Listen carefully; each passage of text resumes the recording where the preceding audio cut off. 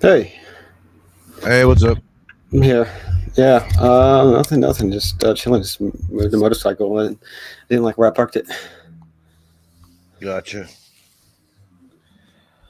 Ugh. I'm gonna check, make sure we're streaming here. We should be live. Wait, I, did I post that? I did post that. Do. Yep.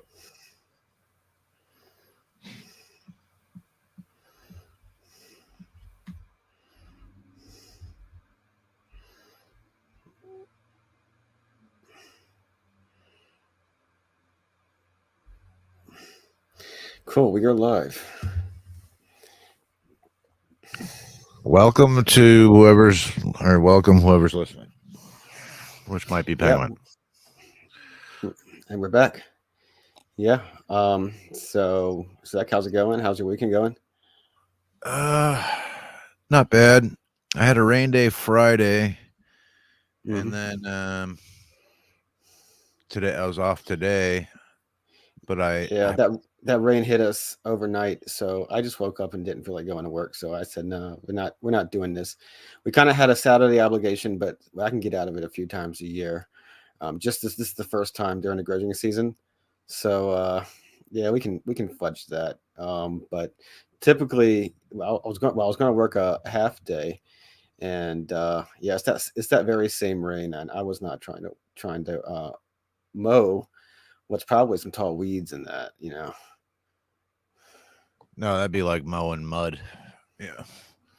Yeah, it's a weird place. Anyways, I ended yeah, up I feel you. doing You I see, ended up being kind of like feeling more busy than I do when I'm working because I don't know, man. Like I took the day since I was off yesterday. I took the day to like gather, go get materials and parts that I needed for a job, and I had to go pick hmm up my mower and run around and so I've just been like running around the past 2 days.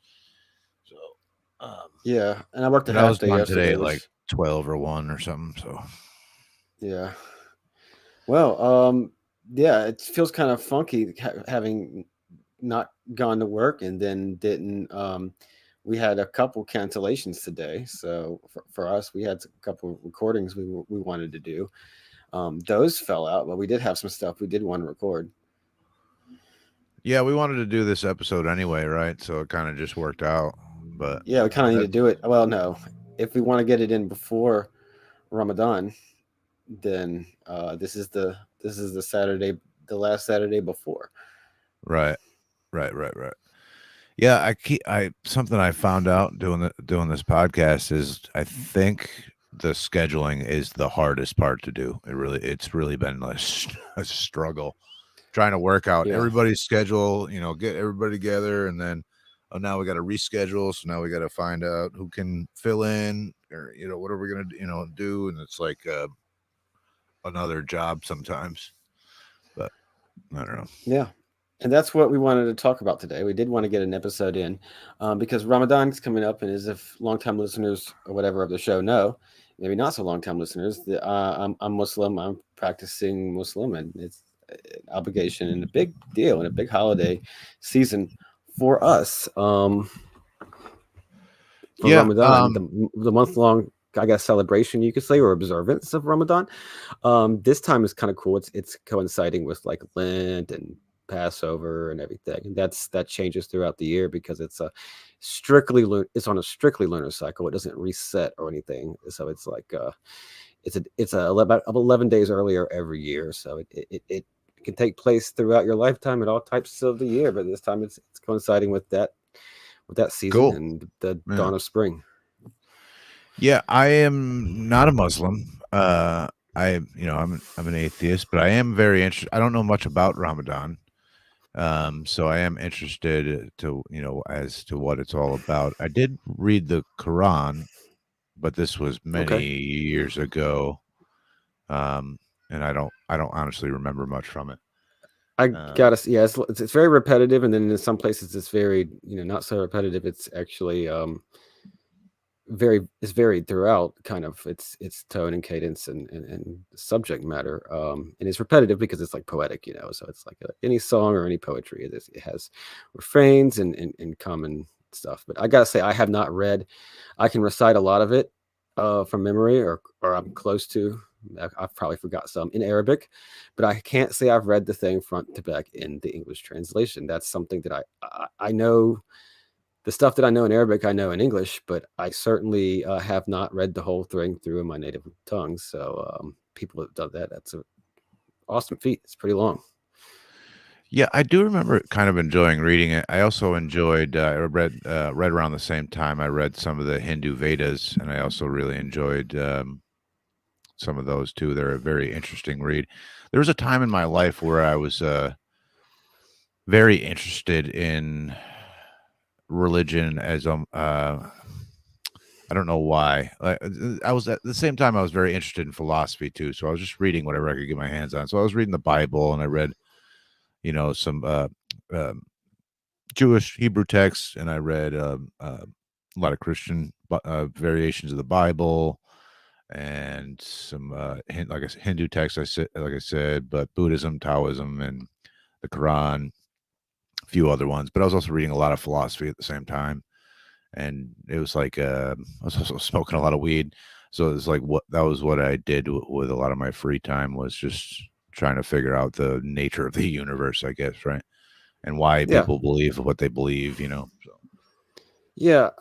The thing with the Quran is that if you're going to read it like front to back, you're going to read it a good English translation. I probably have my opinions on what'll sound good to you, or there's always a matter of accuracy versus the poetic reading, or how poetic it is versus how accurate to the original. And of course, it's in a different language, and it's something that's meant to be like maybe some of those other texts. Actually, very commonly the case. It's meant to be, well, of course, it's very much meant to be recited from memory and memorized, and done orally, but also with its written form, so you can kind of refer to it. But it's meant to be recited as kind of like what you might call a lyrical poetry. It's sung, and what if you're not hearing it in its original, the actual syllables of it being spoken melodically, it's not going to have the same effect. You also need to probably, I mean, it has great information if you're reading it for its information, but it also has to be understood in the aspect of being recited in the original Arabic. And you can pull up plenty of YouTube videos of people beautifully reciting it. And that's an aspect that's lost if you're just reading the translation. It's so much of it is the beauty of the original language. And then that requires you to know some of the language. But even if you don't, and you're reading the subtitles, just hearing it, you can't read lyrical poetry in a word for word translation and really understand the effect of why it's worded that way. It actually kind of sounds pretty silly. So I That recommend actually consuming makes it sense. I recommend consuming it in that form with subtitles versus just reading the dry text. So, is Arabic the main language it's always been in? And the reason, like, what I'm asking is, so there's a lot of different translations of the Bible in a lot of different languages. But originally there's some texts that were in Aramaic, and then there's some texts that were in Hebrew, right? And then there's like a lot of texts that were Greek for a long time. And that, so is it always been Arabic, like, since the beginning, or is Yeah. there other languages that it was translated in besides like English, like in ancient languages? I mean, Yes. So that's absolutely, yes. It's 100% true. So in contrast to, like, for example, the Christian Bible that Christians use today, it spans over like 1,000 years, and from different sources, and that were originally reciting in different languages, and some of it was written down. Some of it, the New Testament was written down in, I think, Greek originally. The Greek, what's the word? Like lingua franca of the region at the time. And it was written down as text versus if you go back to the old books of the Old Testament, are Hebrew, very ancient text. There are scrolls, but that was definitely something that was recited and passed down orally for many, many centuries. Unlike that, you know, collection of texts from really different faiths and different times and different places, the Quran was revealed to the Prophet Muhammad, peace and blessings upon him, um, all in his lifetime over the span of certain number of years, few decades, and bits and pieces, and not by the way in the order that it's in. It's mostly in the order of like longest to shorter surahs, chapters, which vary extremely in length, because it's very complicated. But it is revealed through different eras, but it's revealed all in one lifetime in one language, and that language is supposed to be uh, it's the unbroken, having been compiled and passed down maybe at the end of his life or at the right after, and having been written down in that form, and having the written language actually standardized for this purpose, because it was just not the case that standard language existed. We're not talking about the Greco-Roman civilization here. We're talking about what was a place of the civilized place, but not certainly kind of a backwaters of the world, relatively speaking, if you know your ancient history. Um, yeah, it's the original Arabic language spoken at that time, preserved and recited in that language, and with very, very, not to get into minutiae. You can always get into the really small minutiae, but in the big picture, it's word for word unchanged from that dialect. Now, of course, the modern Arabic language, it preserves the alphabet and a lot of the basic features of that language, but that has evolved just like any language has evolved into spoken language, and lesser so the standard written language, which is a lot closer to the classical language. That has obviously changed over time, but the language of the Quran is unbroken and has been recited the same way for so long that it kind of is a language just preserved in perpetuity. Sort of, you can kind of say the same with Latin, um, and there are plenty of languages being spoken that have evolved from Latin and then became written languages, and so forth and so on too. So yeah, it's still recited in the original, without going into really small minutiae. Basically, the original, sound for sound, syllable for syllable of the original recitation. What time frame? Muhammad lived around 400, like 400 AD, right? Around that time, is that correct? You're muted. Sorry, yeah, from like 595 ish to like 640s or late 630s. Not Okay. 100% sure. Yeah, and of course they have their own dating system that starts with instead of the birth of, where they try to calculate the birth of Christ, they have the migration from Mecca to Medina is another calendar, year 1, year 2, and so forth. And we're in 14 something. I really don't know. Oh, okay. So when the Prophet Muhammad journeyed to Mecca and Medina, that's when time starts, the calendar starts? Yep, and we do know when that Okay. was, so you can kind of pinpoint that to the AD calendar. Okay. So that time was right around late 500 AD. 623, I think it was Okay. when it starts. And so the Quran was compiled after his death. Um, I think there were texts, various texts in his time, but it wasn't compiled. But it was kind of in people's heads. You recite the Gotcha. Quran every time you do the 5 daily prayers. So, and then you can do it on your own and piecemeal. But you can recite it. You're reciting it all the time, pretty much. But it certainly was compiled in its authoritative form right afterwards. Yeah, Mm-hmm. Okay. All and right. it's So, cool that you don't have allowed. You don't have different versions of this text. There are sects, oh, there are right. Yeah. differences, there are, and part of the reason is it's not that long ago. 1400 years ago, in terms of like world religions, isn't that long ago. There was, we're talking about the medieval period during in much of the old world. So there is not so much time. You can't compare that to text, like you said, the Hindu Vedas or something that are thousands of years old. We're talking about something that coexisted with the Eastern Roman Empire, and Right, the latter Roman you, Empire. Right. Yeah, yeah. and yeah, the beginnings of the medieval period. So we're talking about just a lot of this claims that it's kind of this unbroken chain, um, in various aspects of the religion. Well, it's because it's a much more recent faith than most of the other big ones. Really, any major large scale world religion. Hmm. So, remind me, since we're kind of on this, the history of Islam, and I used to know this and I can't remember now, but what is the split between Shia and Sunni again? Is it it's the one sect recognizes the descendants of Muhammad, right? Is that correct? And the other does not. Peace, peace and blessings upon him. So I want to first just couch this Can I use in something this else idea that besides I'm not. Muhammad? Would that be better? No, that's fine. Okay, We're enjoying to say say the peace and blessings upon him after mentioning his name. That's just the kind I of know. thing that we Well, I do, just and don't want to have you repeat it every time. So. no, of course not, and there's no reason to, yeah. Um, I just want to couch this at first to the idea that I'm not an authoritative source on any of this stuff, although this is history, so I can speak on it. But I am not from an Islamic perspective.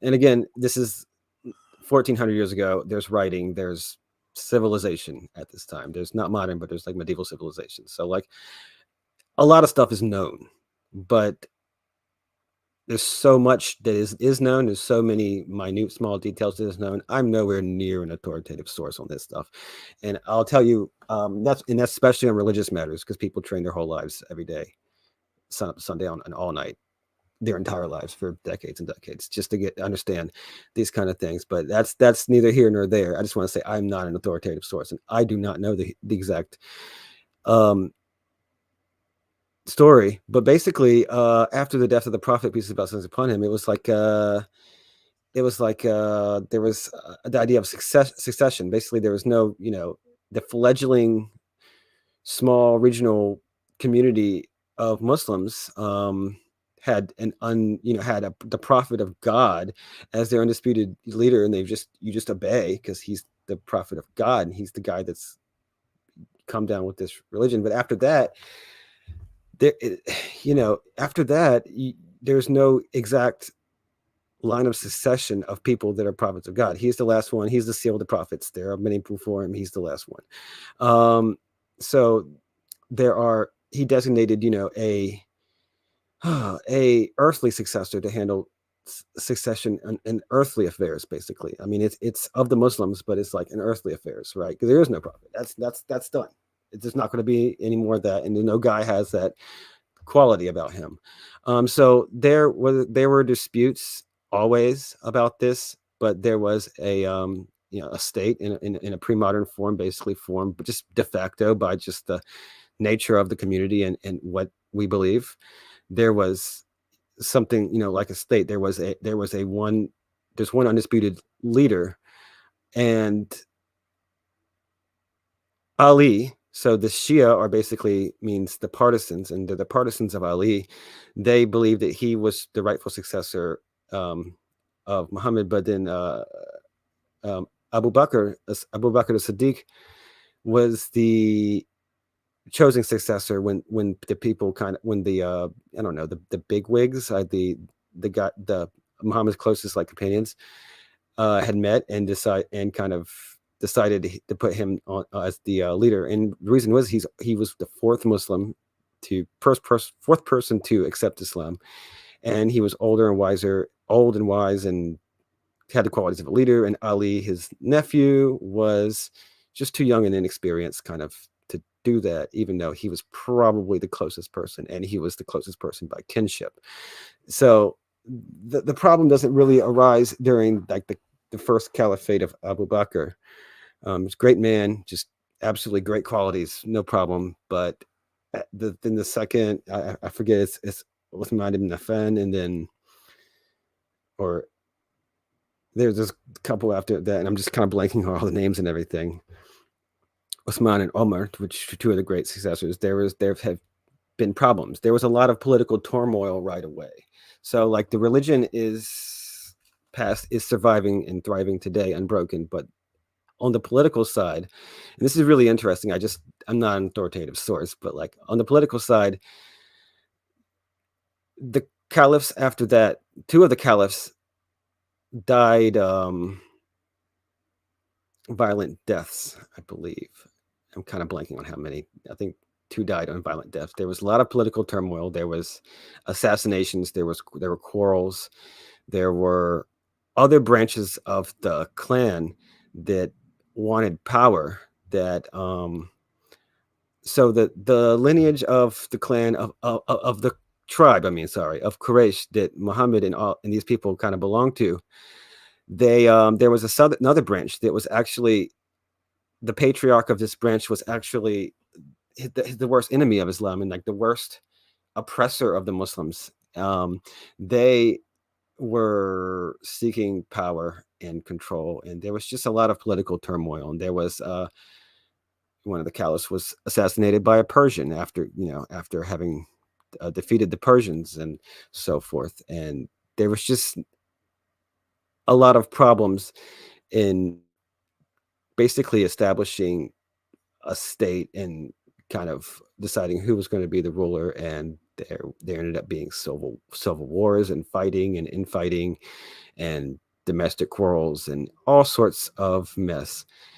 And the end result is, say what you will about the infighting at this time, but there were four successors of Muhammad that were good, righteous, upstanding, strong Muslims, the very first of the Muslims, and like the closest companions and the most like honest people. They never would let a fleck of gold, waste a fleck of gold from the treasury, and they would never, they would be right in all of their kind of right and fair in all or most of their decisions.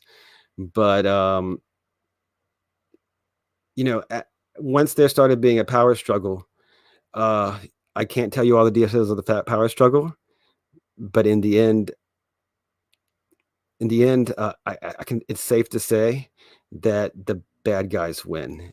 And while Muhammad implored his people when they were oppressing him that if you just accepted my message, that that you will have all this riches and all this land and everything.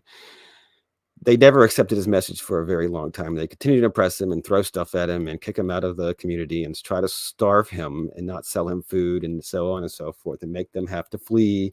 And amongst some of the very, very, very first Muslims that were slaves, they were tortured and slain and tortured. And the people that, because this is a kinship society, the people that couldn't be tortured were still harassed and not sold food and ostracized from their community. But they ended up politically outmaneuvering, and then you ended up with a ruler that was a tyrant, the fifth caliph, and so on, that was established, and this is the big one, established, a patrilineal succession, so passing on to the son and so forth, and having just your standard empire, your standard state that is divorced basically from the new religion that was liberating people in their eyes. But the end result of that, the final straw, I can't go through all the different things that happened, but the final straw of that was that Ali was slain in battle, and then his son and grandson was slain in battle with holding his grandson in his arms. And it was this huge massacre of people. And that's why these people, forever, that were basically the religion, the sect following Ali, they are a sect that is forever persecuted and have this persecution complex of just trying to avenge his death at the hand of other people that claim to be Muslim.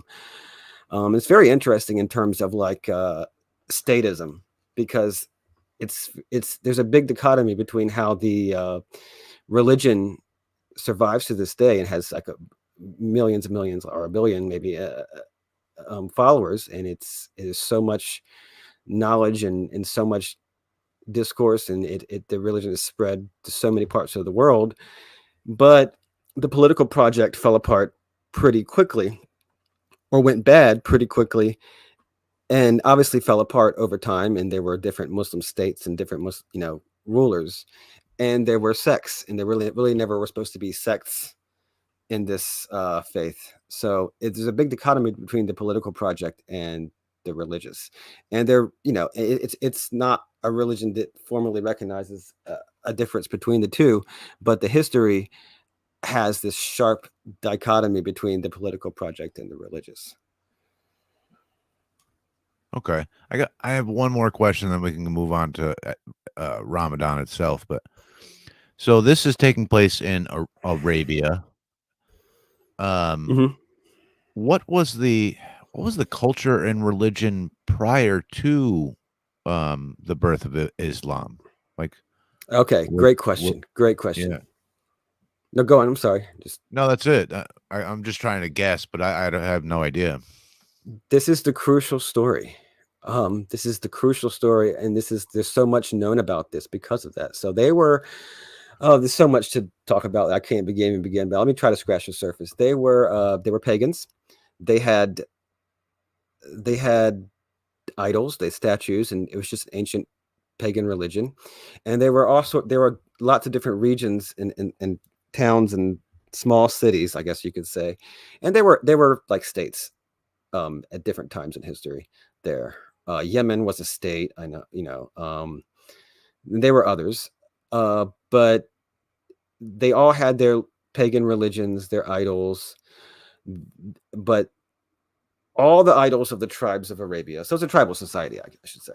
All the different idols of the tribes of Arabia were housed in Mecca, or actually also known as Becca at the time, the ancient name, where in the form of the Kaaba that existed at the time.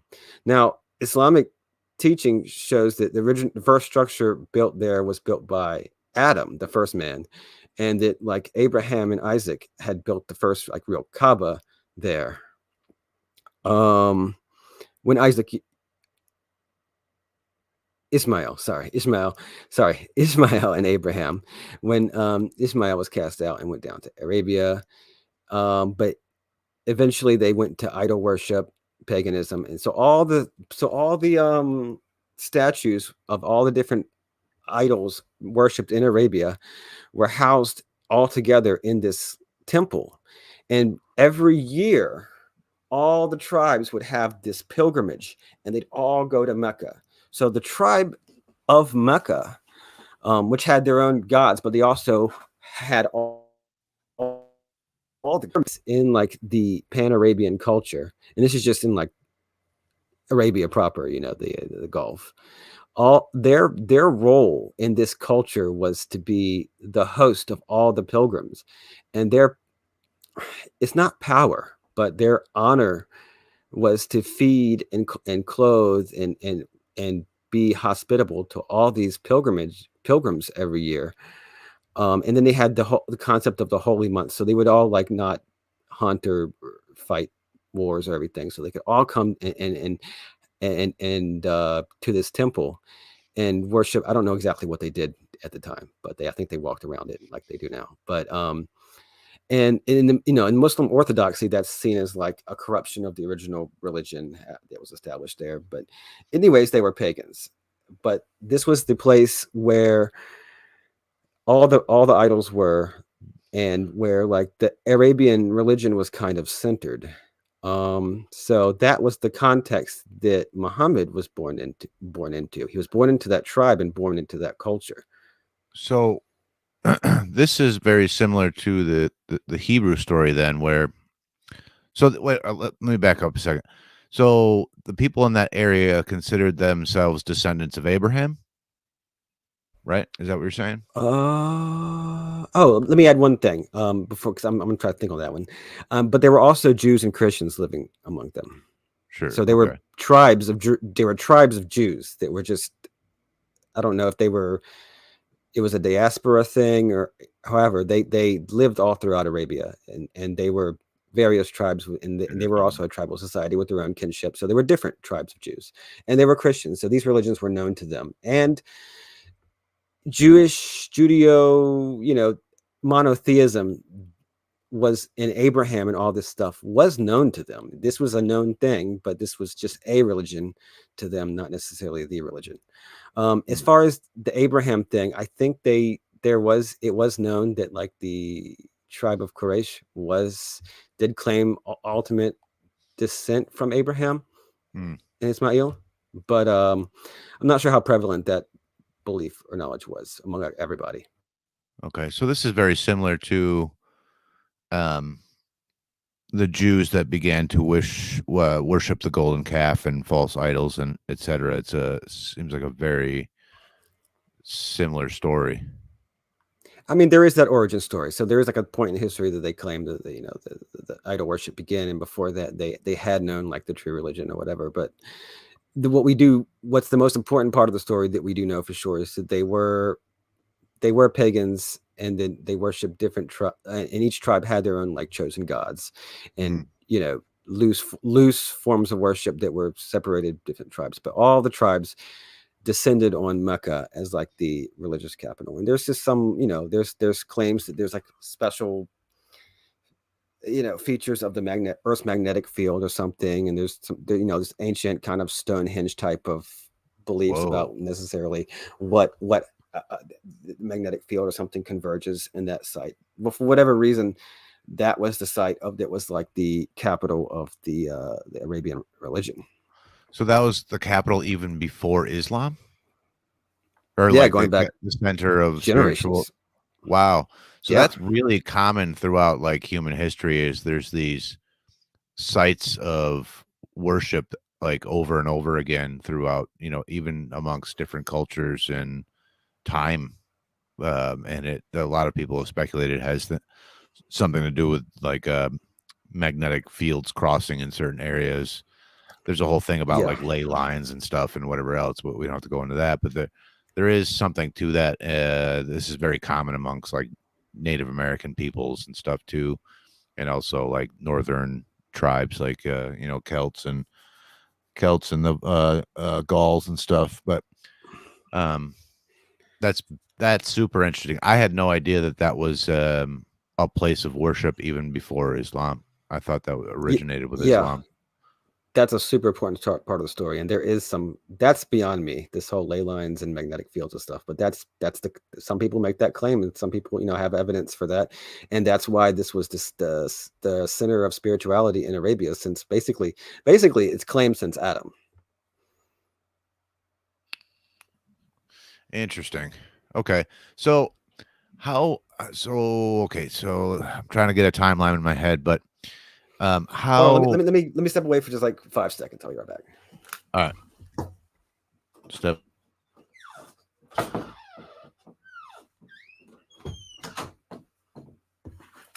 And we're back. Sorry about that.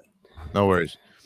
So how much of an influence do you think that's the previous Abrahamic faith had uh on Islam or the Prophet Muhammad? Like I've heard some Muslims say that they consider themselves Jews and Christians to all be people of the book, right? That's how I've heard it said before.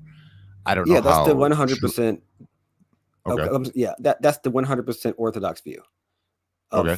of Islam. Islam is basically, and it's a little complicated, but it's basically the continuation of the Abrahamic tradition, all the way through Adam, Moses, Abraham, Noah, Jesus, and Muhammad, and many others, obviously.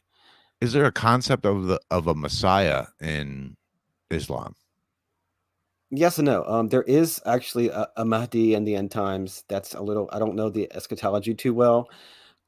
That's the eschatology. So that's like your book of Revelations. That's your end times. Uh-huh. That's Mahdi the guide. That's not really so.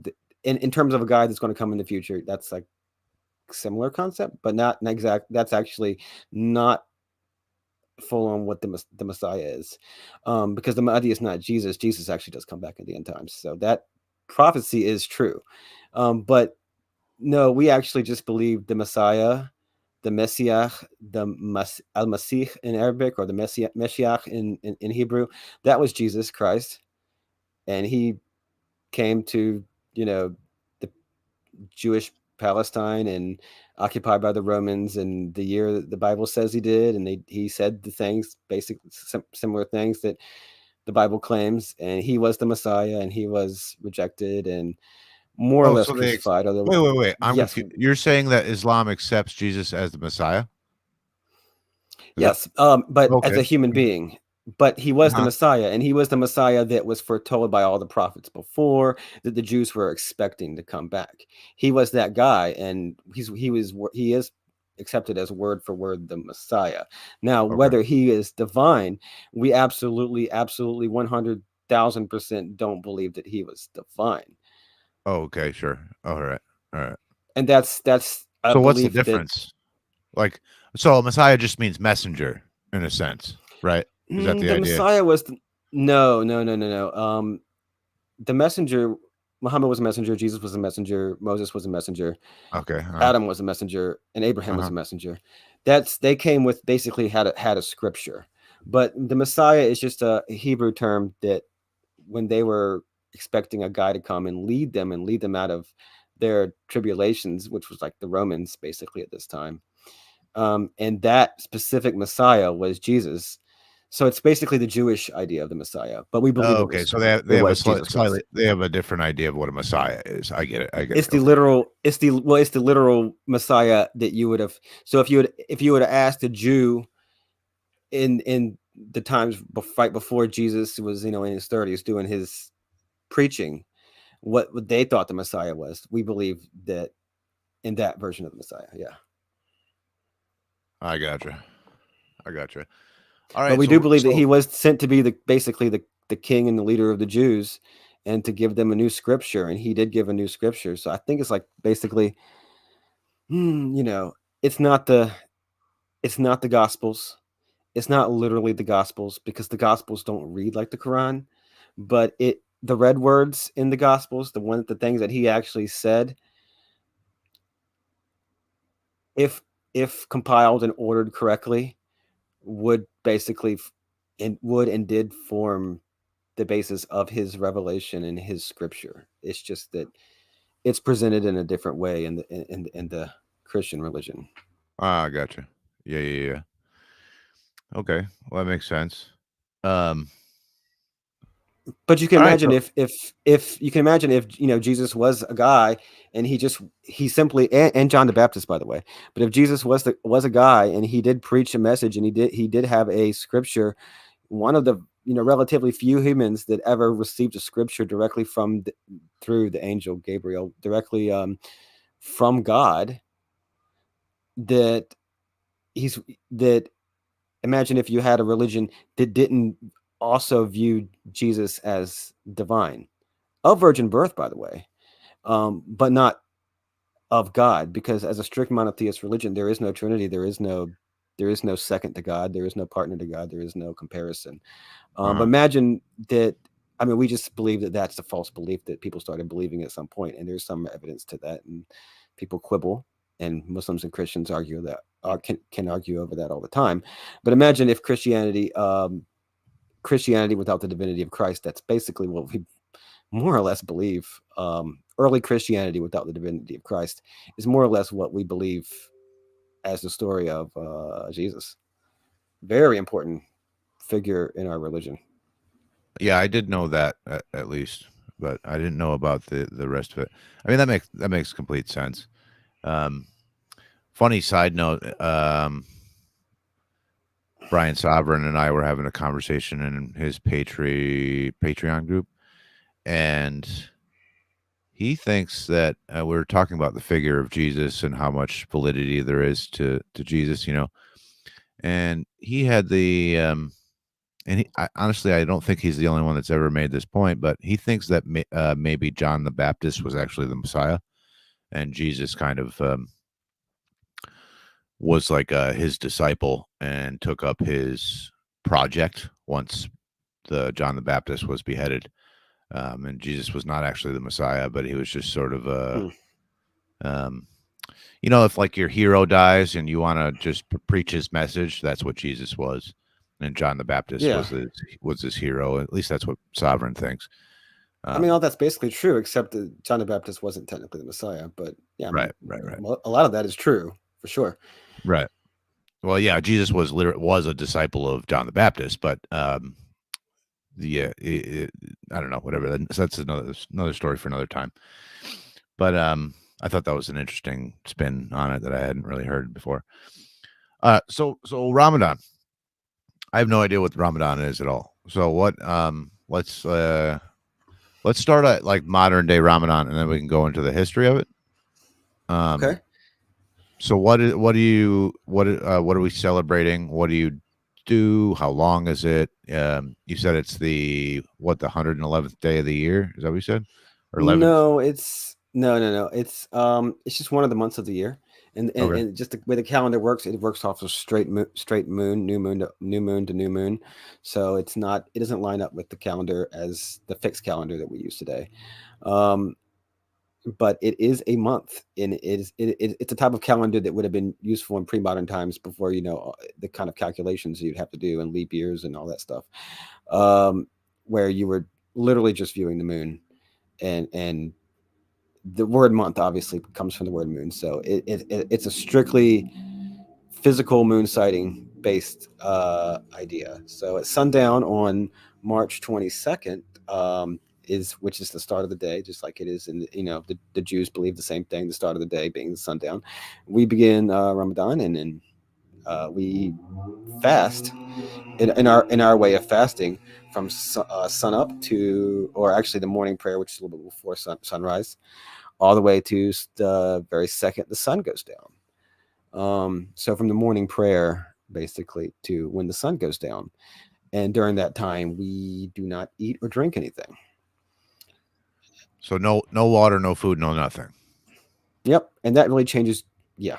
Yeah. And it can be tough. It can be, depending on where you live, how you live, you got your winter, you got your parts of your lifetime. It might fall in the winter, and it might be very short days. And in the summer, it might be very long and very hot days. Um, and there's, people try to work around that as much as possible, but it's definitely an experience to experience it in multiple different decades. But yeah, it can be tough, but it puts you in a disposition where you are with having basically your blood sugar is lower, and your passions are reduced, and you can really focus on your religion and doing good and preventing evil. Um, and that's the idea basically. It's just a month of religiosity and fasting. So what else are you doing during this time? Are you going to mosque a lot more? Are you allowed to labor during this period? Are you trying to Hmm. do sort of charitable works, more during that time? Like you mentioned Lent, because Lent is coming up here soon. People are giving up things for that week or whatever, and trying to do more things for other I people. think we're in. I think Is we're it in is it Lent. what's that? I think we're in Lent, aren't we? Is it inland? I'm I have so no idea. Yeah. Yeah, it's I think we're in somewhere the middle around of it. here. I don't know. Yeah. Yeah. Um, yeah. You're allowed to labor. It can be tough, and people will try to do their best to cope with that and work around that. It's very understanding. But if you're not traveling and you're not menstruating or sick or and so forth, you do the fast, and the fast is the only act of. So one thing, this is one of the primary obligations of being a Muslim, is that you fast during Ramadan. Yeah, you can fast almost any other day of the year, except sometimes you're not really supposed to, um, for practical reasons. But you can fast all the time. But these 30 days, roughly 30 days, you have to fast. Hmm. And you're what's important to also realize is you're fasting with all the other Muslims. So you're doing it together. You're starting your fast together, and you're definitely breaking your fast together, and that's very useful too. It brings you all together, and then I was um, just going to say that that's this seems like it would build very strong community bonds. yes, yes, Yeah. absolutely. So regardless of what you're doing when you go about your day, the kind of society you live in, if it's majority Muslim or not, and that can be all differ. But when you go to break your fast, you're breaking bread with other people, and you're all chowing down. and you might be going to the mosque. You don't have to, and that's what I said so far is the fundamental things you actually have to do. Um, once you go to the mosque, once you get to the evening prayer, what they do every night is something that when I started practicing, and this is something that even with I have some background in the religion growing up, not a very strong background, but some I come from.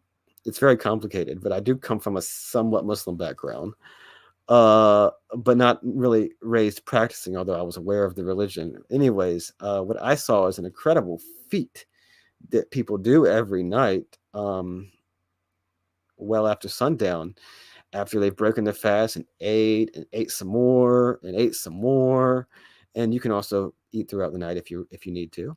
Um, they get together and they pray these long prayers where you stand hours on end and you recite long portions of the Quran. And the person reciting the Quran is reciting, of course, melodically in the original Arabic from memory for hours. And then he's giving a little lecture in between. And then he's reciting for another a couple hours. And then they're doing some more stuff. And during the last few days, they're praying throughout the night. And the stamina and discipline it takes to do that is just I found that incredible in the beginning, and I'm kind of used to it. But and if you're So not they doing that, you're volunteering and you're helping cook food. Women especially are helping to cook food, and people are cleaning the mosque and serving the food and doing the logistics, and that's all blessing. I do security work actually over there, including the parking and whatnot. And I enjoy that kind of stuff, so that's why I volunteer to do that. Really, really enjoy that. It really suits my interests. But people are really there's also all people that are volunteering and really doing all sorts of labors just to make it logistically possible, and they're doing that while fasting during the day and while like hungry at night and trying to get in their meals in between doing all the help. So it's a really wonderful thing that we do every night, and basically you have a celebration every night. so you you all go to the mosque every night, or just or is there You main don't have to days go to that the mosque at all. You right? don't really have to go to the mosque at all, but Oh, I a don't lot mean of people have to, do. but do people? That's what people generally do. Some people do all 30 days, and they do all the prayers and all the hours, and they hear the whole Wow. Quran recited, and I can hear it over the loudspeaker. But I couldn't do that. I could not. I'm not on that level. And sometimes it's when you're older, but there's a lot of working people, and even people bring their kids, and to be able to stand in prayer for that long, I really find that kind of, well, I don't find that the most awe-inspiring thing, but I find the reciting of the Quran for hours on end from memory to be just really special. Yeah, that's one thing that I like about Islam, and I guess this is true for at least certain sects of other religions, but the sort of focus on community and charitable works and hospitality. You mentioned that. It was interesting that Hmm. you mentioned that earlier, how that was a primary tenet of their culture, even in the early days, and it seems to be that way even to this day. Yeah. Just the honor, sort of the honor code and around hospitality, and that's something that I really enjoyed. This is also true for I think Christianity and Hebrews, or I'm sorry, Jewish people as well, but um, it's it it's not true for everyone. It's more true for like certain sects of those religions, right? Yeah. Okay. I'll say this though, really quickly. Let's tie this back into something. Kropotkin. Hmm, Kropotkin absolutely describes like pre-modern societies, and I think you'll find in most pre-modern tribal societies, if you go back to whenever that existed in any given place, they had very similar ideas of hospitality and not letting somebody not rejecting somebody from joining you from dinner and not giving them a place to stay at night and stuff like that. yeah. I think that just gets lost, but it is to some extent highly fossilized and preserved in Islam because we try to emulate so much of what people did in that time, even if you're in Malaysia or United States or Canada or whatever, So a lot of things, a lot of qualities of that culture get fossilized, and a lot of good things in general. Um, in regards to the pre-Islamic culture, yeah, there was some really good. Their desert culture, hospitality is very important to them because you don't they don't give you the place to stay. You don't have anywhere to go for food, drink for a while. Um, Yeah, and it's however you basic want to view that, survival at that point. Yeah. yeah, but it's also a tribal society with very bad aspects. A lot of feuding and violence and ignorance and stuff that Mm. they the idea is they did need religion to uh, correct them from, but hospitality is one of the good, really positive and good aspects they have. They're also just to mention the qualities, they're not like an agricultural bread basket growing a bunch of grain and stuff. They had enough to eat. That wasn't ever an issue, but they got by. But they were very much a commercial and trading culture, so that's why our religion has so many of the views on commerce and finance and exchange built into it. Is because Ah, yeah. they were a commercial culture. They had money. They had interest, and of course, interest is forbidden in Islam. But the concept of usury. But they had finance, and they had a lot of for that long ago. They had a lot. They had a great understanding of like exchange and contracts and futures and stuff like that, and money and prices. A very early primitive, basically compared to what we know now. But they had understanding of these things. So this is why. It's the one religion that has commerce and finance really built into the core of it because they were actually practicing it. And the Prophet Muhammad he came from a family that did trading, and his first wife Khadija owned a trading company.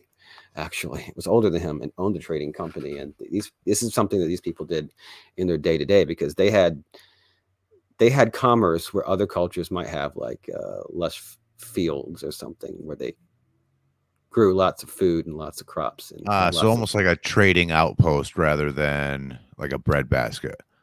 and caravans and stuff like that. Yeah. Yeah. Yeah. Like a trading center or trade routes and stuff. They controlled trade routes. Yeah. That makes a lot of sense actually. Yeah. So it's Um, very positive, positive outlook on like exchange and enterprise and stuff. hmm. And even to the extent because so much was codified that some commercial law and even in Europe was influenced, but specifically admiralty law because there was so much, they had so many ships. I guess there was some Roman commercial law that kind of helped out Europe, but when it came to like the commerce over the seas, a lot of admiralty law actually does come from Islam, originate in the Islamic world, Islamic Huh, religion. interesting. Just happened to work So out that way. that's really cool. Um, so hey, were your parents religious? You just mentioned something about it, but I don't remember exactly what you said. Yeah, Were they weren't they atheists. okay? They weren't atheists. My mom's Christian, and Okay. her family they're Protestant, and they've been Protestant Uh, forever. Whatever. As far as I know, actually, we don't know how much about too many generations back, and neither do I about my father. But I do know what country my father immigrated from, and what who his father and his father's father were.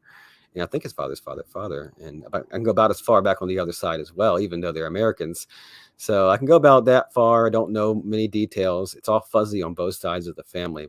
My dad comes from Pakistan, hmm. from the Punjab region, so like the East Punjab of India, when the country before Pakistan was founded. Um, and there I wasn't raised in a particularly religious background, but I was made aware of religion. I was aware of more than two religions growing up. I mean, I was raised around religion, but not raised in a religious household or religious environment. Not But I yeah, wasn't not raised in a strictly practicing kind of. secular. Yeah. Yeah, well, not practicing, but also not. I was exposed to. I was exposed to religion. Hold on one second. Hold on one second. I'll be right back. Sure.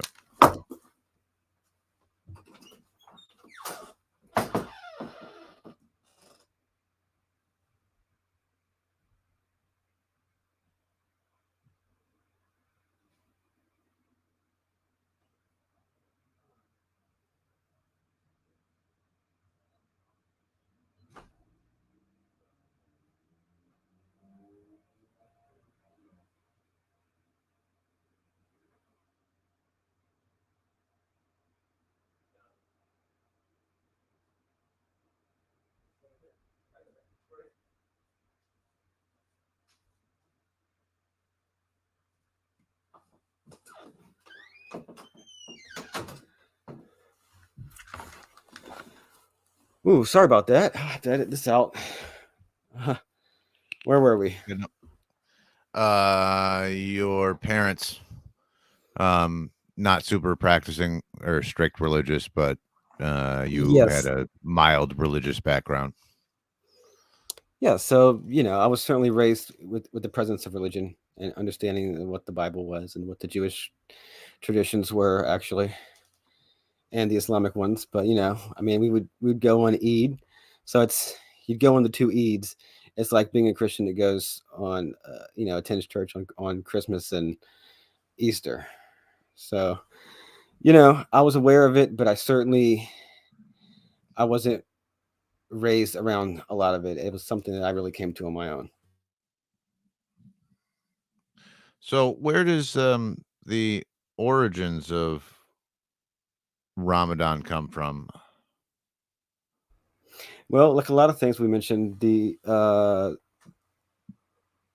Arabian culture, the pre-Islamic Arabian culture, they had the same calendar already, and they had their own customs around the calendar. And for a religion that rejects all of that, it kept a lot of similar practices. There were holy months. There were months where they didn't, forbidden months where they didn't fight in wars or battles or small scale wars. They didn't, and certain other things. And there was like the months of pilgrimage and so on and so forth. I don't know specifically what the practices in Ramadan were, but they did have like different practices around all the seasons. They're not exactly the same as like a harvest festival or this and that because it's a lunar calendar, but they definitely had cultural practices based around their own kind of calendar. So I don't know what the practice was before, but it's very clear and set out in the Quran that the month of Ramadan is the month of and it comes off as like the biggest holiday, but there really are two in Islam, and the other Eid has kind of a direct relations to the pilgrimage and to the sacrifice that they did. Um, but for Ramadan, it was just a month, and the observance basically just coincides with the beginning all the way to the end of that month. So, so Ramadan was another like holdover from the previous culture in Arabia. It was already observed pre-Islam. I'm not sure. I'm not sure Oh, what their practice was okay. in that month, but it was a month in that religion.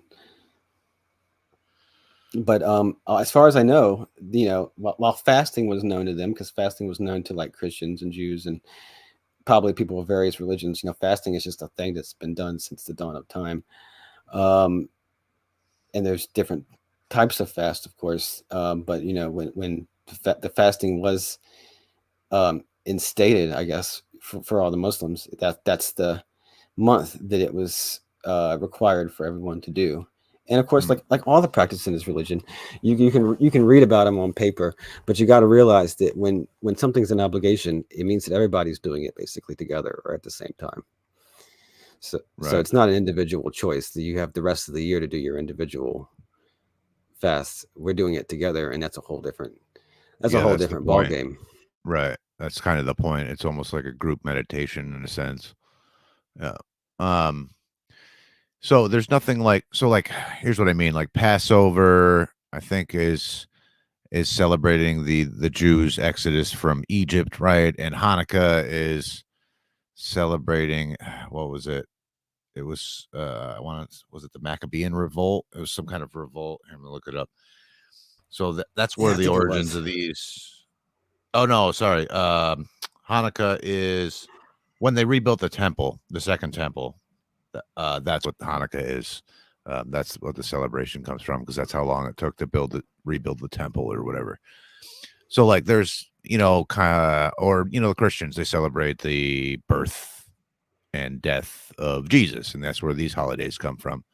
But this Mhm. was just but Ramadan is mostly there is no like backstory or history with that really. It's just this was the a certain time in the lunar year that um people were told to fast and be and express their religiosity. Yep. I mean, basically, Okay. there were concepts of doing these different things in different months, but no, there's no specific thing being commemorated here. Okay. Okay. So what's the other high holy day or holiday? So yeah, so the holidays are called Eids, and there's Eid, I guess, or Eids, I guess English plural. There's two of them, and there's really only like you have the high holidays in Judaism, where like Hanukkah isn't even one of them. There's only like strictly speaking a few of these. Well, in Islam, there's only two actual holidays. There's the two Eids. They're actually relatively close to each other on the calendar, and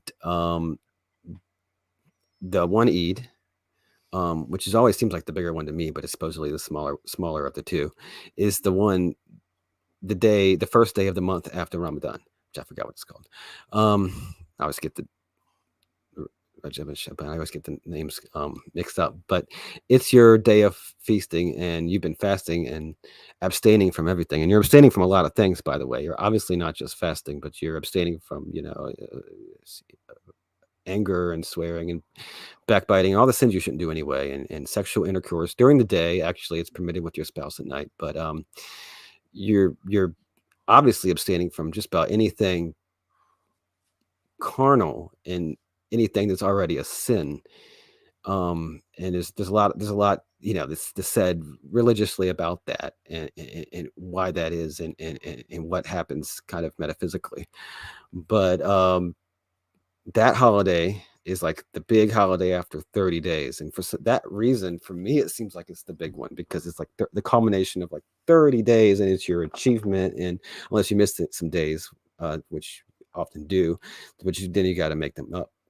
But yeah, you have the morning, you have communal prayers that are not actually obligatory the morning after Ramadan ends, and then you kind of feast for a few days, and then go back about your life. Huh. But you're supposed to. It's just a matter of hospitality and visiting family and relatives and stuff. The Cool. second one is the supposedly the big Eid, and it's the Eid that corresponds with the the Hajj pilgrimage. If you're doing that, but for everyone else, and I'm a little unclear, but that is an obligatory pilgrimage you have to do if you're able to once time in your life, if you're a Muslim, to go. And there's a very strictly set thing that a million plus people do every year in the Hijaz in Arabia, that people are probably familiar with. And the numbers are staggering, obviously, of people that go to try to do that obligatory pilgrimage. But if you're not doing the pilgrimage, because that's a little outside the scope of my knowledge, I can't be an encyclopedia on that one. We do a sacrifice, and that sacrifice is actually based on the sacrifice of Abraham. This story is told a little bit different with a different son involved, but it's basically the sacrifice of Abraham and the goat, and God commanded him to sacrifice his son, and then substituted a goat. And we just, people hear the word sacrifice, and they get, they think, sacrificing on an altar and all that stuff, but actually we just kill an animal and eat it, which I Right. always found funny, because living in the 21st century in the West, we'll it's very common for Muslims to go out to a farm and slit a goat's throat, chop it up, and then eat a third, give a third to relatives, and then give a third to the poor. And that's what you're supposed to do. I know. So That's also how they. sacrificing a goat has this like really, it sounds like it almost has a spooky connotation to it, right? But that's a much healthier relationship with your food than most, factory farming, right? Just Yeah, I mean, you're going to a if you're nice look, farm and then butchering a goat yourself and eating it and sharing it with your friends and family. it's so funny, because look, first of all, if you're a vegan, I totally understand why you'd be revolted by that. But that's the only way to get meat in every culture up until very, very recently. So it's really just, you have you might not be able to afford a cow, the rest of the year. You might not be able to afford a goat, but every once in a while, chicken typically has always been very expensive per pound. In pre-modern times, of course. But this is a time where you go and you get an animal and you perform your obligations, and you're basically it's having a feast and giving away 2/3 of the animal. Yeah. And you know exactly where your food's coming from. Like you said, they mostly go to these farms, and I would assume they have Yeah, like farms picked out and special, relationships with these farmers and stuff, or own the yeah, farms it's really themselves. cool. Yeah. So this is like something that obviously, like I said, like this is not a huge deal in so much of the world, in so much of history, right? This is just like how you get your meat, but it's a really cool thing that obviously wouldn't exist in another context that exists in like in modern times and industrialized world that we're living in, is that people actually go out with their kids and they go and they go to a farm and they have animals. And this is like not, I mean, everything is known to God and everything is intended, but this is such a specific effect of that festival. um, in our times, is that people that get their meat from the grocery store go out to a farm, and we're talking about a demographic that does not. We're talking about a very like urbanized suburban demographic because of mostly immigrants, and even the ones that aren't immigrants typically is very urbanized people. So when they're going out to a farm with their kids, in tow, little toddlers, everybody, and they're seeing the animal, and yes, you're seeing an animal bleed out, and they're baby goats, and then you're seeing the bigger goats get killed, and there's entrails and shit and stuff like that. But I think that's a really good lesson for anybody that does eat meat, to actually experience that. And I was like, yeah, well, you should probably Absolutely. kill a goat. If you eat meat, you should probably kill an animal at least once a year. I think that's a really cool, like, side effect, I should say, of that particular that Yeah. particular Tradition. Yeah. Yeah. tradition. Yeah. Yeah. I agree. I think everybody should, you know, see where their food comes from at least once, and yeah, kill an animal at least once. Um, so I kind of respect that. Um, but yeah, it's calling it, a sacrifice does lead you to think of like other things, right? Of like a big bearded guy Abraham, slicing a goat's throat on some sort of stone altar or whatever, but it's Which is much did different happen. now. Right. Yeah, Right. which did happen, but basically, I mean, basically, we're not a religion of doing altars and sacrifices and burning stuff, but there is that tradition, and that did exist in the Old Testament times. Mm. Um, but it's a lot more practical in our respects. We don't do temples. We certainly don't use statues or idols, and we don't do big. I mean, there are mosques that are very beautiful and everything, but we certainly don't do kind of Bronze Age. It's certainly not a Bronze Age religion. It's certainly a religion of late antiquity, I guess you'd say. I'll tell you, speaking of beautiful mosques, I was living in California for a time, and there's this place called the Inland Empire, which is like sort of high desert. It's away from the ocean. Like San Bernardino is Inland Empire, but if you go out towards like I don't know if it's a town or a city called Hemet, which is sort of, I guess, outside of San Bernardino, there's a bunch of mosques. I used to drive truck out that way, and some of them are really beautiful. They're just out in the middle of nowhere. Really? Like they're kind of on a main road, but there's like I remember seeing like 3 or 4 of them out that way, and some of them Oh, are dude, wow. really beautiful, like big domes with like crazy colored roof. They're really cool looking buildings. They kind of stand out from everything around there. But I remember seeing a bunch of those out that way. Wow, Um, wow. I did not but they're know. really pretty looking. There must be a huge Muslim population out there. I don't know. Yeah, oh, there absolutely is. I'm sure there are. There's a ton of Muslims in California and anywhere on the coast, but it's increasingly all over the country, but maybe in small pockets. But yeah, the mosques are supposed to be a place, among other things, of like of aesthetic beauty Yeah. where possible. Well, there's the idea of like a mosque that has the role of a cathedral, which we don't really, wouldn't have in this country, but where possible, we have aesthetic beauty is part of that. And of course, our aesthetic beauty is a certain type of aesthetic beauty because there's no statues or frescoes or images. It's very iconic. If you're familiar with like iconoclasm, it's a very iconoclastic religion. So it's not a religion that depict generally depicts graven images, as they say, and certainly never statues and never pictures of people or even animals in most cases. And people think that's like a very harsh, strict view, but I mean, I think it's a beautiful part because the resultant aesthetic sensibilities, what you get outside of that is some of the most beautiful art that doesn't depict anything living. So you get like all the beautiful tile work and colorful, a lot of very colorful aesthetics, gilded calligraphy. So calligraphy becomes like super important in that kind of aesthetic tradition, and color.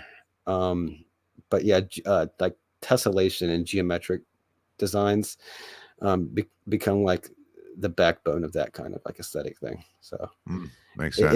it just gives you a different kind of aesthetic sensibility than would exist in a kind of like art form that has focuses a lot on like images of stuff.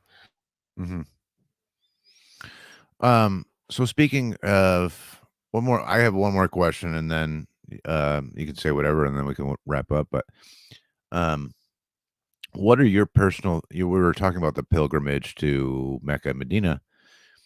What are your personal thoughts about sort of the, I guess, the political body of the Saudi royal family having control over such a site?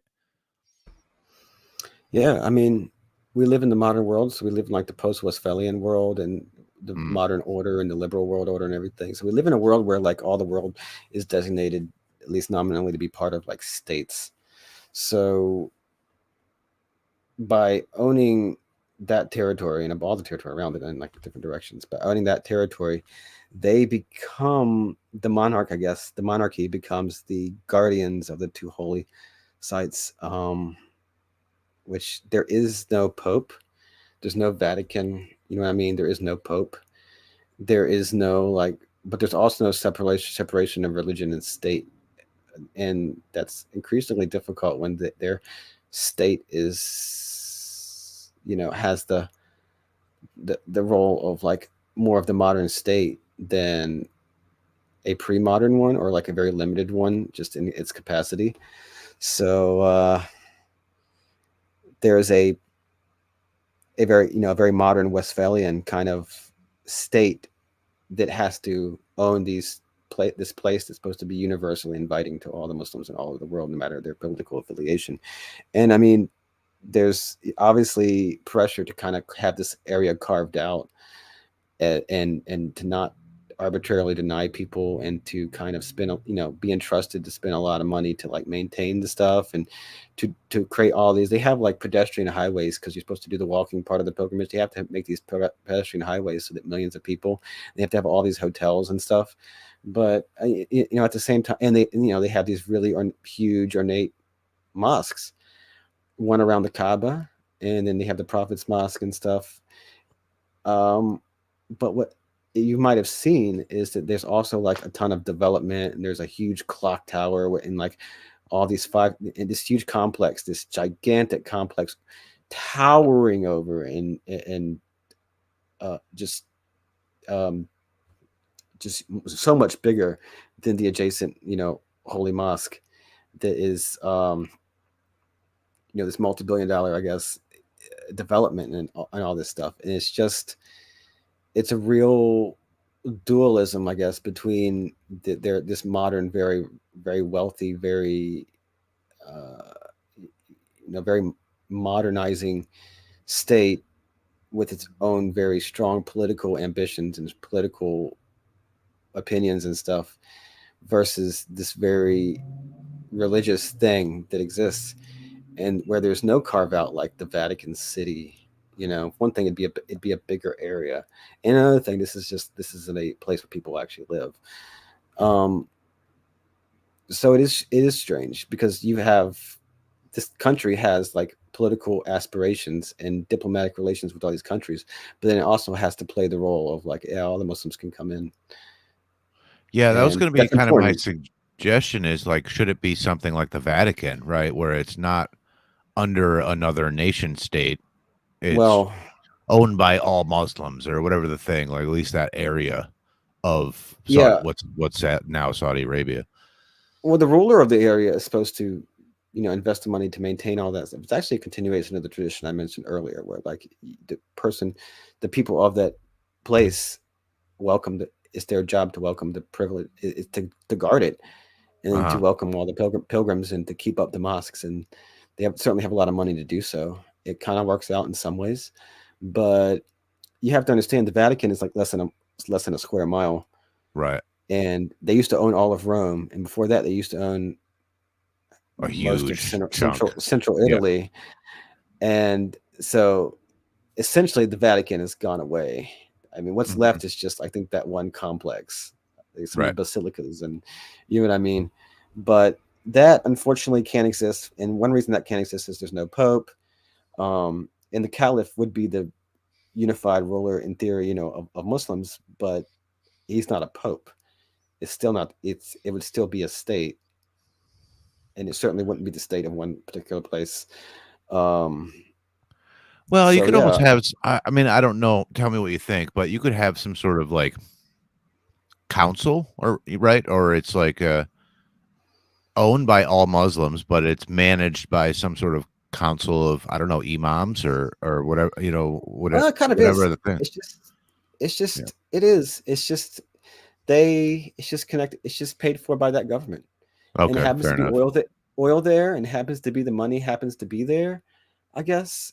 I guess it kind of works out. I mean, Well, how we're in the much truth business is of kind it of to that? criticizing. G- Like Go we're in the ahead. business of criticizing, but like I don't know, it kind of works. Like Mm, tremendous pressure. There's tremendous pressure to not like politicize it, and tremendous pressure for them to like keep it up. And it is 100,000% their obligation. And there is so much pressure to kind of keep it open and welcoming, and handle logistics and put the manpower in place. And they have like a whole military force that just basically tries to keep order and safety, because like if you don't like if you're not like round the clock during the main pilgrimage doing that, people there'll be a stampede and people die just because the logistics in modern times are insane, not to mention like all the airports and customs and everything they mhm. run. I mean, it's a huge obligation on them. So you get something sort of approximating what you're describing, but the reality is you also are entering that country, which is a government that I certainly disagree with, and a lot of people do. Yeah, and I know a lot of Muslims disagree with the government of Saudi Arabia, mainly because they are sort of flashy and flamboyant, and um, There's a lot of but reasons there's probably a to whole lot. to Well, yeah, also, criticize yeah, them. yeah, yeah. I can have. I mean, I have a whole list of reasons, but Oh, you can go down the um, list, yeah. right, right. But how good are they about not politicizing it? Like, so if I'm a Muslim and I'm critical of the Saudi Arabian government, but I want to go to to do the pilgrimage there, how much background checking are they doing on me before I enter their country? And can they I think deny me, or will they, or like? they have an intelligence service. I'm sure they're capable of doing Mm, those things. And I'm sure they devote some of their intelligence service to making sure there aren't threats. People have actually like taken over the Holy Mosque before. There have been, I think it happened in the 70s. Like there was a hostage crisis. There's things have happened. So they do, security is a big deal. It's a pretty wild story too. It's some real like some cult did that. I don't know the whole story. Very interesting if you look that up. The French had to help liberate the mosque. It's really crazy, but oh so wow. there is a security aspect, but they kind of do. They do keep it politically neutral, and they have to let all these people Okay. in. And I mean, they do a lot of effort. They have airports, which is plane after plane after plane after plane of people, and I've never really heard of this a lot of people being denied. So when I hear the phrase like when I hear the phrase people being denied access to the pilgrimage, I hear people being like what's the word, like turned away or denied access to the holy mosque, because that whole compound is called the haram, or haram, or whatever. The that whole and the thing is, in the original story of the Prophet Muhammad sallallahu alaihi wasallam, like he actually, so that was the source of like the big conflict in his lifetime, is that when he, because they prayed at that thing all the time. That was already their place of worship, even before there was a mosque or Islamic religion known to them. And when he went off to Medina, and all the Muslims did, that was still their holy site, and that was decreed by God. So a lot of the fighting and conflict was basically, and the treaties and other stuff too, were basically trying to get them access back to their holy site, which was still the holy site for the pagans. So a lot of verses pertaining to conflict and war, and also peace treaties, are based on fighting people that prevent Muslims from going to the mosque. So I think there's a strong religious uh, prohibition from denying people access to that mosque, which makes sense if it's an obligation, right? So I think that has a lot to do with it. But you know, I think it is separate when you get a visa to go there, um, where you kind of have to separate that from, what's the word, patronizing that kingdom, because that kingdom is quickly going into a different direction, and you could be a trad and really have a problem with them, like having like rap concerts and having like celebrating Halloween and all that other stuff they're doing in other, mostly in other parts of the country. And you see a lot of stuff about very conservative and trad Muslims online, and when I say trad Muslims, I mean there are trad Muslims like there are trad right wingers of any other group on Twitter, and a thing. And that is kind of a weird culture shock. And obviously, in a place that's like 99.9% one religion, that's been like the center of the religion, you as a religious practitioner, that's uh, shocking and bad from our point of view. Yeah, Saudi Arabia is But weird, right? Because they have really like harsh corporal punishment around religion, but also the princes are doing like hookers and blow and driving around on gold-plated fucking private jets yeah, and shit. You know what I mean? So but there's a they're starting hypocrisy there to. that's weird. There's another weird. That was for a long time the case. Okay, and now they're trying to modernize the whole country, at least Yep. outside those two places. Maybe they're Yeah. trying to modernize the MBS. whole Yep. country, and they're bringing in. Yeah, but here's the problem: is they're bringing in like they have so much capital. They're trying to do all this crazy development. They're trying to build that city that's like 100 miles long, but like only a mile wide or something, and they're they're they're trying to build like another cube, but it's like a 2 mile high cube or a mile high cube or something. It's insane the level of like money they have to blow and how powerful their sovereign wealth fund is and everything. Um, and yeah, I think from even our point of view, but not our point of, well, everyone else, not me, but as non-Muslims, but maybe of our listenership's kind of political bent, um, they're maybe modernizing, and maybe as a non-Muslim or as a secular person or as a person who just doesn't care about like that, or you're not a trad or whatever, that aspect of it may not bother you. But they're also modernizing in a way that I think our audience would find particularly challenging and kind of off-putting for other ways. It's very, it's very corporate and it's very authoritarian. So just to give an example, for a long time, unlike like I think any other Muslim country, they were certainly the last to allow women to drive. It was always a thing that women could not drive. Women always had to be driven around, and I'm pretty various sure the UAE is the rules. same way. No, well, not for a while. They certainly haven't been for a while. UAE is gone almost fully secular, but that's a whole Let's nother see. story. My sister was in the UAE. I want to say like right around 2010, maybe 12, and the company she worked for paid for her to have a driver. No, but there's So another reason for that. There's another reason for that because they've got just so much money. It's a third world kind of thing. You get a driver, you get people to you know how many foreign workers they have there. It's yeah, their lifestyle is it's a place where you'll see like you turn your head, you'll see a Lamborghini. You turn your other head, you'll see a Rolls Royce and a Ferrari. There's an insane amount of money going through there, and you Yeah, know, maybe she thought it was it's a because she world was a woman, but that might be part of it too. But like there's other aspects of it too. uh-huh. But I don't think women were forbidden from driving in UAE. At least not. Saudi Arabia was definitely the last, and they were very notable for being the last. And From what she was saying about UAE, it's almost like there's certain parts that certain rules apply, and then there's certain parts that it are more liberalized. Like, okay, okay, so well, to it's put like it in perspective, go ahead. if you go in that neighborhood, make sure you have your hood on, whatever the thing, Hmm. etc. Don't, make sure you have a male escort, that sort of stuff. But, you go over this other area and it was very much different. And maybe that's where there was just more expats or whatever, but it seemed like, I don't want to say it was like partitioned, but depending on where you went in UAE, things were very different. Well, let me I tell don't you know. about UAE. That was then, and they every year they just grow that city and that or those cities and that economy grows by leaps and leaps and leaps and bounds, and they're just like a world financial center and all that junk.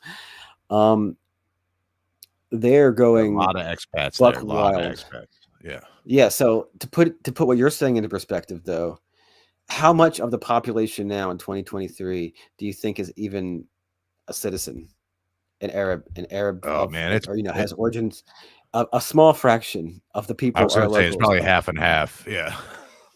Oh, I don't. By now, it's I think much less. You've got Yeah. India, you've got Southeast Asia, you've got India, you've got all the rest of the Islamic world, you've got Europe, you've got it's a and I mean it's a truly ultra cosmopolitan place, and it's becoming very very cosmopolitan, and Mm. just out of matter of pragmatic, like how you'd probably have to seek out you'd have to ask some locals where the local neighborhoods were, because it's and those people are what are they? I don't think you are a local of, like, let's say Dubai, one of the places there, or like Abu Dhabi. I doubt they have many locals that are like garbage men. Like, I don't, you know what I mean? Like, there's just so much money there. I don't know what they've done, but I think most people doing most jobs there are expats. It's just a matter of from where. Crazy country, man. Just Yeah, she said absolutely most of insane. the locals didn't work at all because there's just so much money there. They all got a Uh, stipend or whatever. And Saudi Arabia was mostly up until decade, more recently.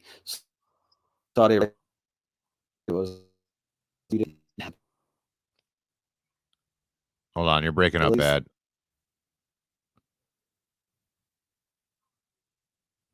You still there? have. Okay, we're having a little bit of technical difficulties. Yeah. Okay. Oh, you're So I'm back. starting to There you go. freeze up here. Yeah, yeah. You were Okay, breaking up good. pretty bad. Oh yeah. So hold on one second. We're going to have to edit this one too. Yeah, I'm starting to. My PC is starting to freeze up here.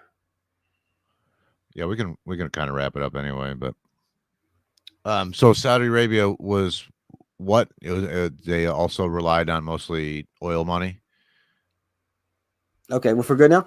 Yeah. So most people in that country didn't have to. Most people didn't have to pay for utilities, didn't really pay taxes, and didn't have generally were set up with like no show government jobs. And then that's just had to change because like oil prices rise and fall, and eventually people are going to moving away from oil. And yeah, but for a long time that was the case there too. But I think it's even more so in UAE because so even in both these places, but UAE, extremely sparsely populated place. I mean, by world standards. So there's just not very many Emiratis living. Right. It's just Right. there just weren't.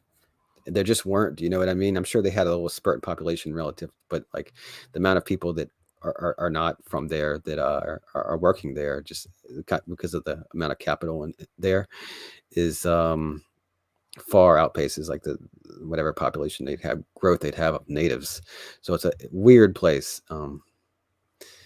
And I don't know how the problem is that as these places just outside the trad perspective, as these places become very, very, very modern and very cosmopolitan, and I mean they are just absolutely cosmopolitan. And I follow a lot of Muslim accounts and very conservative Muslim accounts, as Muslims tend to be, and they are absolutely shocked and horrified as how cosmopolitan these places are getting.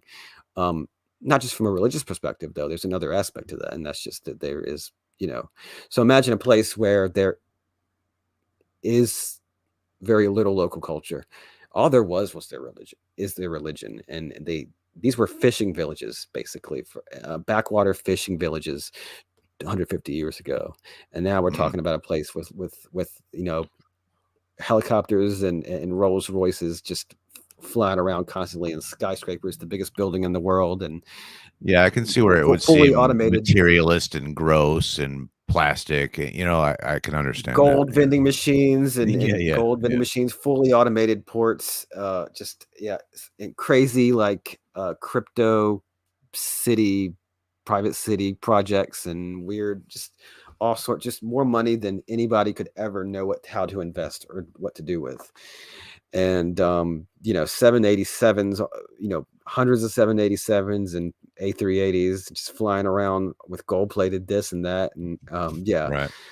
And it's cosmopolitan in another way. There is like real no local culture. There's hardly any local inhabitants, and it's but underneath the surface, the very gilded, modern, sleek surface, there is a very, very, very authoritarian government. Mm. And it's not authoritarian in the sense that we were talking about, like they're beheading people, and it's just far from it. That's not at all the direction they're in. But their intelligence agencies are top notch. They have a completely U.S. equipped, modernized military personnel. Probably, I don't know where they source their personnel, but they're lacking. But they've got the military hardware, and they've got the intelligence services, and they recruit people out of the Western ones, the NSA, the CIA, and they're really Yeah, that's perhaps more terrifying than sort of a pre-modern style authoritarianism, right? well, Um, yeah, because when you yeah, adopt kind of secular cosmopolitanism, and you have this veil of oh, they're becoming liberal, but there is no liberalism under the surface at all. It's right. just not being pre-modern. It's pretty Like pretty bad. So corporatist you've got almost. Yeah, so you- yeah, you've got yeah, but corporatists. But imagine all that capital just rushing in, I mean, all that wealth just coming into existence all at once, and then you've right. got militaries that are going and prosecuting the war in Yemen, and both those countries are prosecuting the war in Yemen, and they will continue to flex their muscle and be regional powers. And they definitely have their own interests, but they are certainly 100% aligned with kind of the U.S. order. Yeah, Qatar is yeah, another one of these countries. They host the U.S. Fifth Fleet and a lot of U.S. airplanes and everything, so they're pretty much a forward operating base in the Middle East. And we're talking about places that don't. So we're talking about countries that are like aligned diplomatically with the United States to a large extent. Of course, all these countries are 100% like Israel's best allies all of a sudden, because of course they were colluding behind the scenes for like 2 decades or 3 decades, and all of a sudden now these are literally. It's funny when they had the World Cup over there in Qatar, um, all these countries have they say that Trump made peace between the Arabs and Israel. What he really did is got the Gulf states yeah. that were secretly colluding with Israel the whole time That have anyway. always supported Israel, right? And now Exactly, they right. are 100% Israel's best friends, and they're having all these things where they've got the Arabs in their traditional clothes and Jews all eating together and making business deals, and they're dancing in the street together, and there's Israelis flying over, and they're all hugging each other, and what's funny about that is then in the Qatar World Cup, where all those people from all the different countries, they had people from every country, from South America, from all the Arab countries, from Europe and everything, uh, go and talk to Israel supporters or talk to Israeli journalists. They'd all turn their backs and or harass them over the treatment of the Palestinians and whatnot and everything. So certainly, world opinion and the opinion maybe of the common person is a lot different than The these governments, countries where. right? Well, I mean, you've got a country of that small population that becomes that wealthy that fast. That the whole native population seems like they're all elites now, Right. and I think they're very out of touch with kind of, but they're kind of out of touch with whatever any semblance of having any sort of culture other than just like global homogenized. I mean, it's a very global homogenized country because it's a place where just capital flows through. It's a in ports. It's a port city. Did you just These are say it's big global ports. homo? Is that what you're saying? I say global. Yeah, I mean, it really is a globally homogenized cosmopolitan culture, and without a lot of the positive aspects. So also they're U.S. allies. And so they have all the negative aspects of being U.S. allies and none of the positive aspects of, I think, U.S. culture, American culture and traditions that we kind of, Oh, right. might Yeah. share as native born Americans. Not one single shred of like any of the good that's come out of this country and this place, and 100% of the bad. Right. That's a bad And that's a bad what they're outcome. doing in Yemen right now, I mean, It's fucking how awful. they can starving all those people, cholera epidemics, people dying, children dying left and right. Um, it's Yeah, it absolutely seems to be terrible. mostly children dying from cholera over there. It's fucking Yeah. awful. I almost Well, thought it I was don't know. gonna quit, but I almost thought it was gonna be done with, but they tried to pass some Yemen resolution in it and it got shot down. So I don't know. Yeah, I can't say anymore just how despicable, like politically, these states are over there. Mm, And I mean, you don't have to be an anarchist or any kind of liberty-minded person to think that a lot of Muslims are very anti-modern state. They could be full-on statists in like in an Islamic is so-called, quote unquote Islamist sense. But the idea of these modern states, you would think they were anarchists because the dichotomy between the two, when you see the governments of like Kuwait and UAE and Qatar and Saudi Arabia and Egypt and so on, these they really latch on to the very worst aspects of modernity, and they throw away anything that might kind of ground them in, tradition. I want to say tradition, but they don't have a tradition. They don't have a liberal tradition, obviously, and they don't. You know, I'm not saying the people should just kind of stay trad for the sake of staying trad, but they latch on to almost to a quality, the worst qualities of like globally homogenized modernity, and they have nothing to fall back on. It's either that or pre-modern Arabia. We're talking about places that were, I mean, it's funny about the history of the Islamic world is that the place where the religion started, where the pilgrimage would still happen, and I mean the Arabian Gulf is big, so that still wouldn't affect all the Arabian Gulf, but all of Arabia, the place where Islam was born, once it expanded elsewhere, and make no mistake, I mean, it mostly expanded by the sword, but also not the case in large swaths of the world. Um, but once it left there, over the next like 1,000 years plus years, that area still remained pretty much a backwater. That because they took and converted over time great cities that have been great cities for thousands of years. Damascus, Baghdad, and or that area anyway around Baghdad, which was like where the Sumerians and Assyrians are all from, Right. and Cairo, and go on and so forth, all through Asia and everywhere. But in the end, Arabia still remained a backwater because it was just dry and I mean, Not remote. much It was else just there. dry Right. and remote, and it can't really support a very high population anyway, and can't really support much infrastructure or culture and whatnot. Um, so you get to like the 1920s and 30s, and where Ottoman control is basically slipping from all this area, or has already slipped from all this area, and these areas are still as backwaters as backwater could be, the place where the religion was actually founded. But it's also heavily a matter of geography. You know what I mean? Until Right. oil was found, like there's never going to be anything there until oil was found. It's like a game of civilization. Until you get to the modern age, there's like nothing in this region to fuel your cities. You know what I mean? So, Right. Right. Right. um, it's really funny. So what ends up happening is that all of a sudden you have in the span of just a few decades, like rapid modernization. We're talking about not like catching up modernization. We're talking about outpacing in some aspects, like leading the way on technology and I don't know, development in a big sense. Right. And they have no like traditions. Their traditions, like 150 years ago, like Abu Dhabi and all these places, they were like fishing villages. There were Right. huts. Right. So they're Yeah, it's still crazy. kind of So figuring out their own way in a sense. Yeah. yeah, well, they figured out their own way, but they unfortunately figured out their own way into like They copied us. Yeah. the very worst aspects of modernity, like I said, and Right. Right.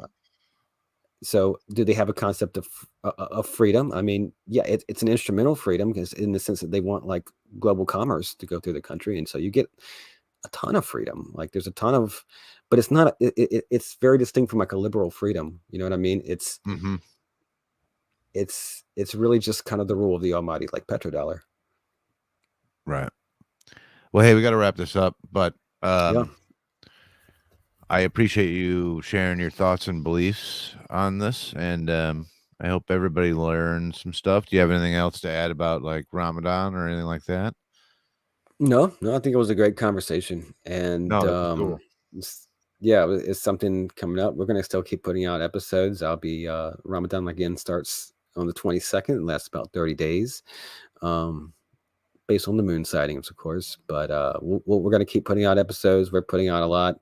Had a little lull there, but I hope everybody kind of learned a lot of different things, and we kind of touched on a few distinct topics from religion to like the global politics and stuff. So we'd love for you to come and interact with us and ask me or ask Zach any questions or have a discussion about the stuff that we talked about. I don't talk about my religion a lot on the show because there's a lot I could say about that, but it's just it's not really a show with a big Muslim audience or anything like that, and it was just a lot of stuff that wouldn't be relevant. And I have a lot of thoughts on I have a few thoughts, I guess, on religion where, my views on religion really differ a lot from my views on maybe like political topics. But I can see where there's some overlap, though, for sure. oh, definitely, Yeah. definitely. I guess Yeah.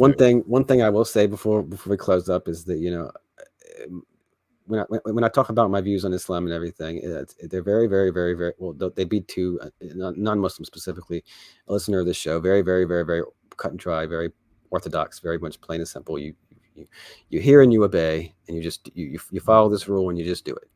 And I that's a feature, not a bug. Like I like that dualism between dualism between the political philosophy of kind of like you're always kind of seeking out and trying to innovate new things and synthesize stuff. But I like if you truly believe that something is the word of God, then just sticking to the original source code, and the orthodoxy is kind of uh in the broad sense anyway, the fundamentals, sticking to a strict orthodox and running that original source code no matter what, so that when you meet a Muslim from any place in any culture, or go anywhere, and you step into the mosque, you can pray right next to them, and there's no question about how you're going to do it or what order you're going to do it in. I think that's kind of beautiful. And I like that kind of dichotomy between very strong openness and like political views and wanting to innovate and synthesize different ideas. Yeah, I can dig that. I can get what you're saying. Yeah. Well, no, man, I definitely learned a lot. I mean, I know you kept saying you're not an authoritative expert on this, but I definitely learned stuff I didn't know before. So that was cool. I appreciate the history lesson. It's that time period's a really interesting part of history too. So I really dig that. And I hope everybody learned a lot as well. And this was a cool conversation. I dig it a lot. But everybody be excellent to each other, and we will see you guys next time. Peace. And we'll see you soon. Ciao.